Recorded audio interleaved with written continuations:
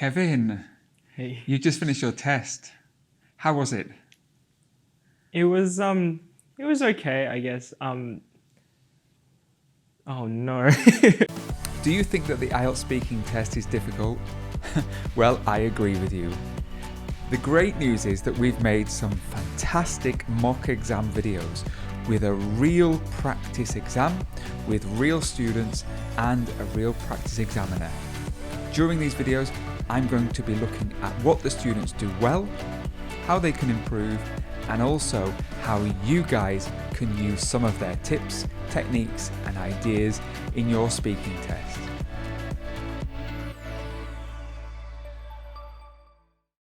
Hello people, it's Chris from IELTS Daily and you're back for another mock exam session. I hope you find these sessions really useful.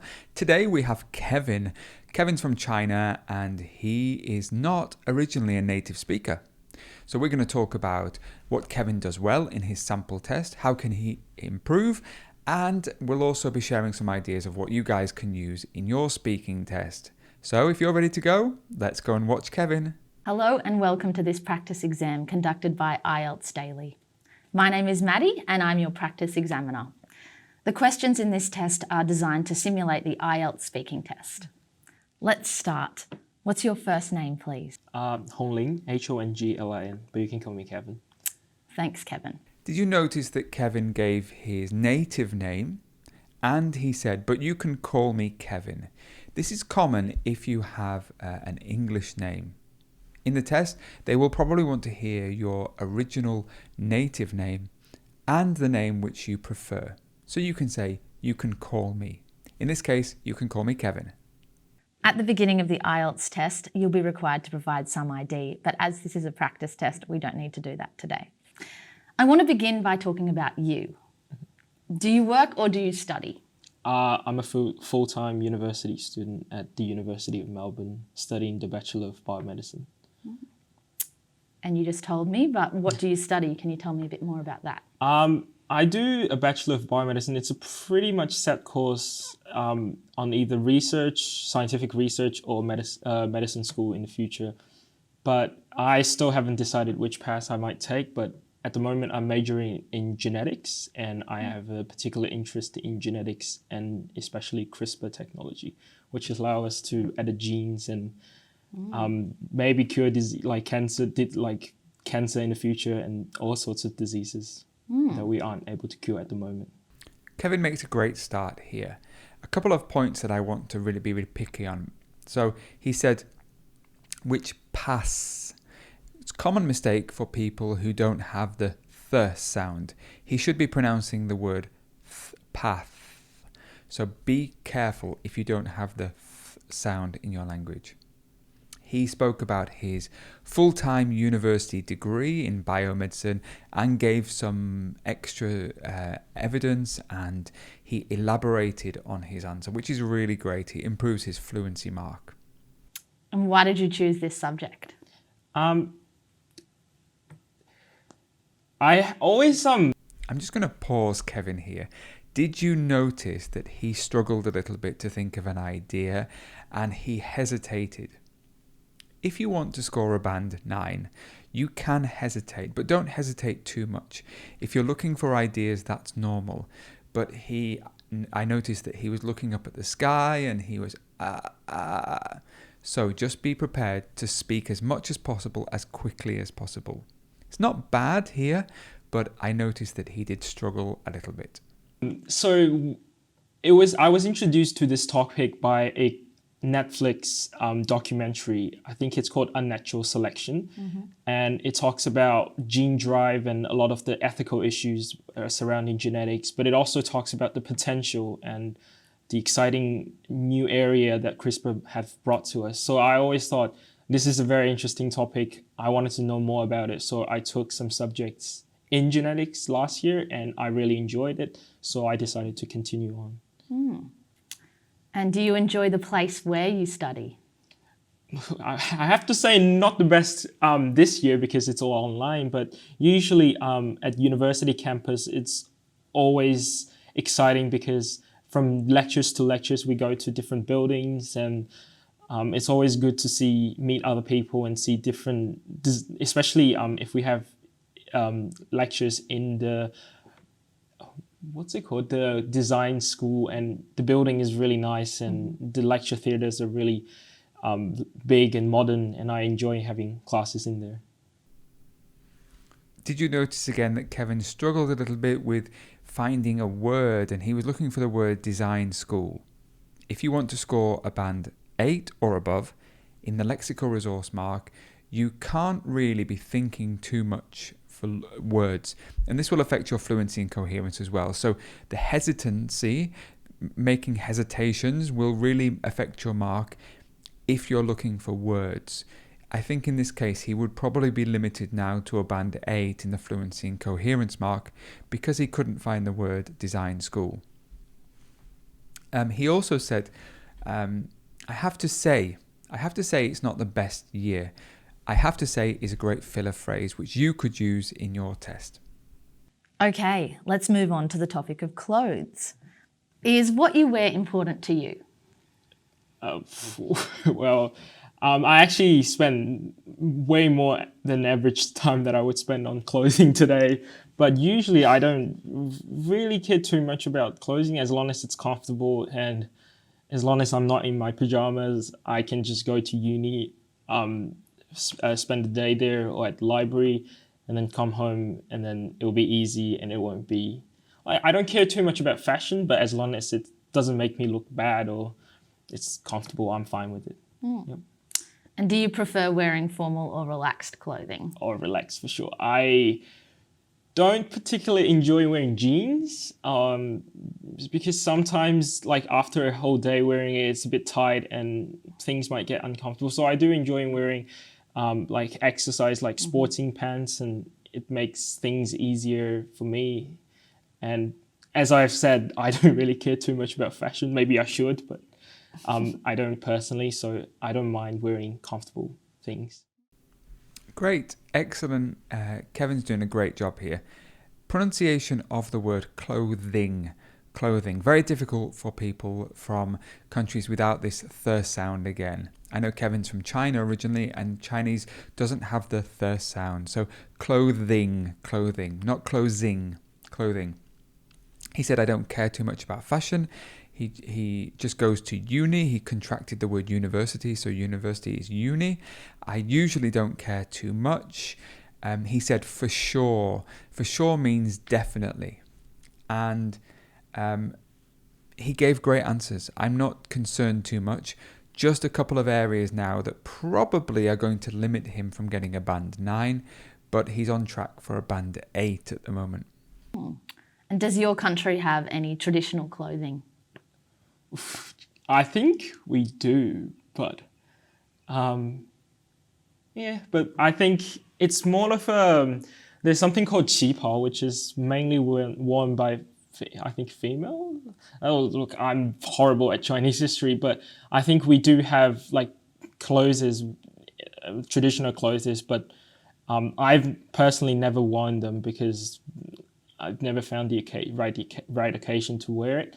But mainly in a formal event, we stop using traditional Chinese clothes, and it's more westernized, and we wear suits and ties just like everyone else. Okay, now are some particular pronunciation problems, and it goes back again to this th sound. Kevin is struggling a little bit with the th sound. So I know this word is really difficult for Chinese speakers. Clothes. Clothes. Kevin says clothes. Clothes. The correct pronunciation is clothes. Clothes. If you can see my tongue, clothes. Really, really difficult. He said mainly worn by female. Female would be singular, and you should say females. So a couple of mistakes starting to creep through here. He's still doing really well. I'm giving him at the moment a solid band 8. And has your style changed over time? Oh yeah, I used to enjoy wearing sneakers and like to school and to everything, but I think after I've studied here and in uni Melbourne, especially staying in the college, My style has slightly changed, and I've started wearing slides everywhere. Back to the thing where I'm not very stylish, but I don't mind as long as they're comfy. So I've been wearing slides everywhere, to uni, even to exams, which is questionable decisions, but as long as it's comfy again. Kevin did really well here. He's talking about how his style has changed. He did say, I think, and I might have misheard him, my style has slightly changed. I think he needs to say changed. He used the word comfy. Comfy is the contracted form of the word comfortable. So he said, I don't mind as long as it's comfy. And he did say as long as. As long as is a complex grammar form. So really well done in here, and he's showing that he has a variety of complex grammar forms. Now I want to talk about recycling. Do people recycle in the place where you live? It's actually implemented last year, I think, in Shanghai specifically, which is the city I came from. So now you have to, so in the block of apartments that we live, there are specific places that have 4 different kinds of bins, and you have to do different types of garbage separately, and you have to be responsible for the environment and for the ecosystem. I think it's good that we're catching up on all the issues because of global warming. It's no small deal, and it's the fate of the entire humanity. So I think it is important that we're implementing these new rules about recycling and garbage disposal rules. Yep. We've moved on to a new topic now, which is recycling. Remember, you might have 2 topics during part 1. You might even have 3. In this case, we had clothing, and we've moved on to recycling. Now, the topic of recycling is a common topic, and you should be prepared for it during the test. In this case, Kevin made a couple of mistakes. He said, it is actually implemented last year. I think he should have said it was implemented last year because it's in the past. He used words like specific places, which was great. You have to be responsible. And he used a collocation. He used a phrasal verb. We are catching up on. To catch up on. Really great language there. I'm very impressed. And he said something was the fate of humanity. Kevin's doing a really good job here. He's still at a really solid band 8. Why do people recycle? I think a lot of people don't know too much about this topic, and they do it because, well, the government or like the officials tell them to, and it's sort of almost like a law and that we have to obey. But I think personally, it's, as I've said, it's about our future. Unlike something like coronavirus, like it's a pandemic that will haunt us for 3 years, and it will pass. But with global warming, it's an issue that is linked very closely to our future entirely. So if we don't do anything now, it means our future generations won't have a viable Earth to live on. So I think it's important that we start changing the way we live and doing things sustainably so that we can provide a future for our generations to come. Again, did you hear Kevin's pronunciation of the sound? He said whiz and he said earth. With and earth. Really, really, if you don't have this sound in your language, be careful. Make sure you spend some time focusing on that particular sound. Kevin had some really great answers here.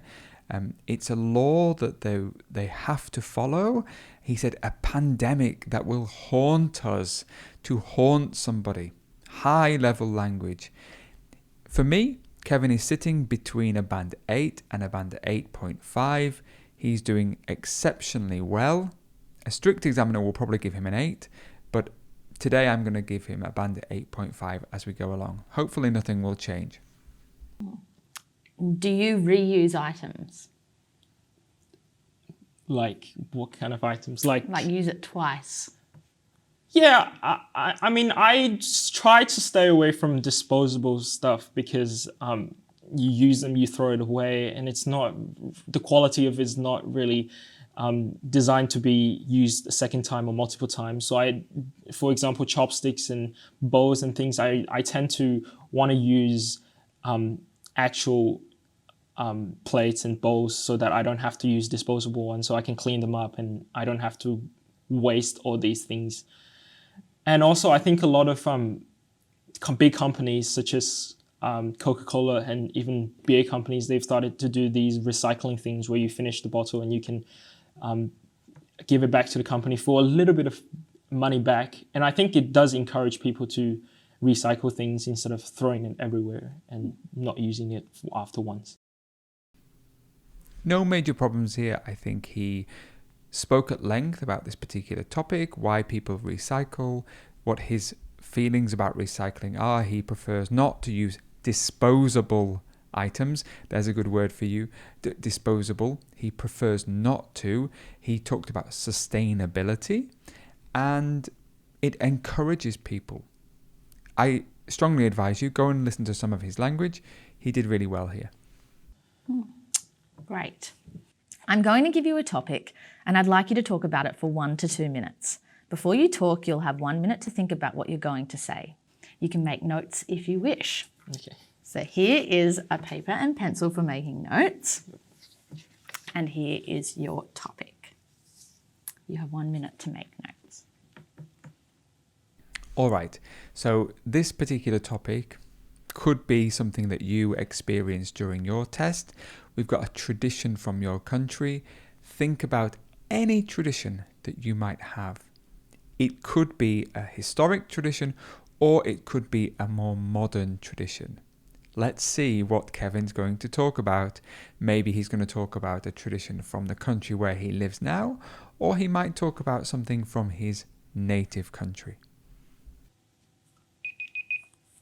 Okay. So remember, you have 1 to 2 minutes for this, so don't worry if I stop you. I'll tell you when the time is up. I would like you to describe a tradition in your country. You can start speaking now. As the Spring Festival is coming up, I was thinking about it, and so I'm going to talk about this tradition where on the Spring Festival, which is the Chinese New Year, Chinese people come together and families reunion, and it's a fantastic time for everyone. For the kids, they're having a lot of fun because they receive red packets, which is money in a red envelope, which is given to them for them to use. And for the adults, it's a time where the big family come together, cook food together. They can chat, they can play with poker or mahjong, and they can enjoy their times together. It is a tradition that mainly involves the older generation. So for us, I think it's sad that we're losing this sort of tradition because the young people, we're now spread all over the country working, or even in the world, we're working in different places. So we don't have the luxury of coming back together to meet the family, to spend the time together. Especially for me this year, I'll be stuck here in Melbourne instead of going back to reunite with my family. I think it is quite an important tradition because it sort of symbolizes a new year, and we used to do firecrackers and fireworks to symbolize the disappearance of the last year, or the bad luck and bad things that happened last year have disappeared in the sound of the fireworks, and we embrace the new year and embrace the new things that are to come. I think especially in a time of 2020 with coronavirus and a lot of bad things happening, I think we definitely need this tradition this year to bring people together and sort of provide them with a future that everyone can look forward to and think about the good things that will come in the future. And will you still celebrate it here in Melbourne? Oh yeah, for sure. I'll go with my friends. We're thinking about renting a place and then cooking and having fun together, so we can still feel like home together. Did you notice that right at the end, after the time had finished, the examiner asked a very short question? You might have that in the test, so be prepared for that.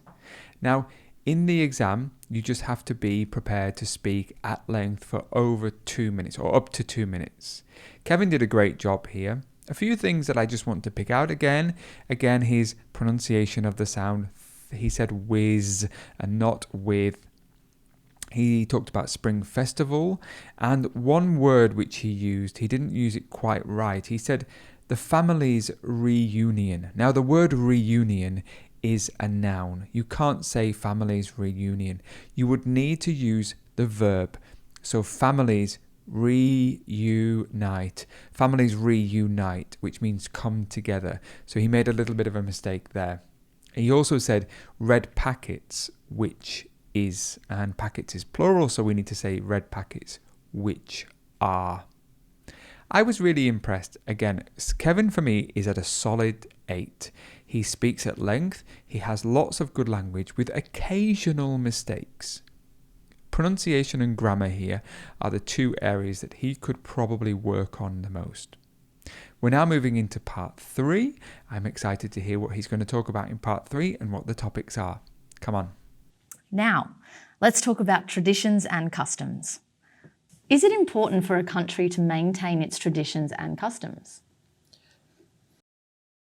In the speaking test, part 3 will always be related to part 2. You can hear Maddie, our practice examiner, moving on to the topic of traditions and customs. This will be a broader topic. It could be any type of question which relate to global issues or something which affects society, not necessarily affecting you. They will be more abstract questions. For sure. I think this is about like histories and culture. I think it's very important, not in the sense, traditional sense that it symbolizes who we are, because I think we're always making progress into the future. And sometimes it's important to not linger on things from the past and accept things that are coming. So for example, maybe in the past we have the habit of using disposable things and not recycle. But because we know about the science and we know about the ecosystem, we know we have to change the way we do things. And that's important in a sense that we should move on. But there are certain things that we need to remember about the history and about our culture that are unique to us, because it sort of symbolizes who we are as a group of people. And it can also provide us with sort of a lesson to prevent us from making the same mistakes from the past again. A very interesting thing is if you go to the Bund, which is like a river and a tourist attraction in Shanghai, there you can see a lot of buildings designed by foreign countries. And this was because I think the Opium War and World War II and a lot of people, a lot of foreign countries invaded Shanghai. And so they built all these embassies for themselves. We kept that tradition not because we want to keep we want to keep remembering the tragic past, but it's already a tourist attraction. Sorry, I digress. So we want to keep it because it reminds us of the past and what happened in the past, because we got too arrogant in the past and we forget that there are other people. We thought that China was the center of the universe and everything surrounds us. And we became too powerful that we forgot that there can be, if we stop moving forward, then we will be backwards. I'm just going to interrupt Kevin here. Now, he spoke a lot here and he said something like, I digressed. And I think he did digress. That means that he's gone off on another topic. Now, that's not a bad thing because you can go off on different topics. Just make sure you're not speaking too long. You may find that in part 3, an examiner might interrupt you. That's part of part 3, that the examiner has the opportunity to come in and question something that you've said. So why do you think that? Or what makes that the case? It will happen in the test. If they want to ask you about your thoughts and your opinions on something, they will jump in and ask you. Kevin, again, pronunciation of the sound whiz, and it should be with. And he said there are certain things and not things. So I'm focusing a little bit on his pronunciation because I know that he can do better. Overall, lots of great language, but I do agree that he digressed a little bit. Be prepared to stop yourself and just wait for the examiner to ask you the next question. Overall, really good.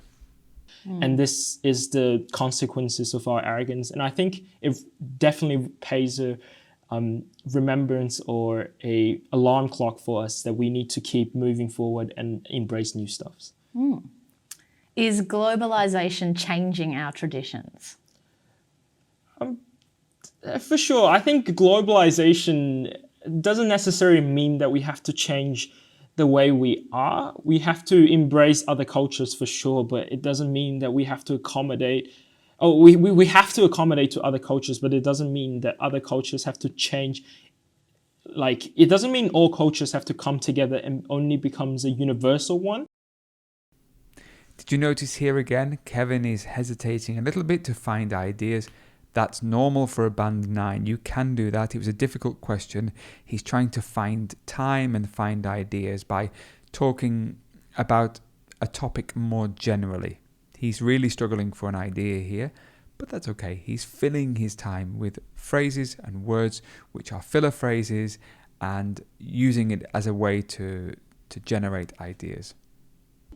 I think that's the tragedy of a lot of invasions and colonizations, and thinking about wiping an entire culture out to replace them with the invaders' ones. The idea in our minds should be to see what the good things about other cultures are, and maybe even, I guess, convert to them in the sense that you join them into celebrating their holidays, their culture, so that everyone can feel welcome and comfortable sharing their own cultures and living together, even despite the differences in culture. Thank you very much. That is the end of the speaking test. Super. Thanks, Kevin.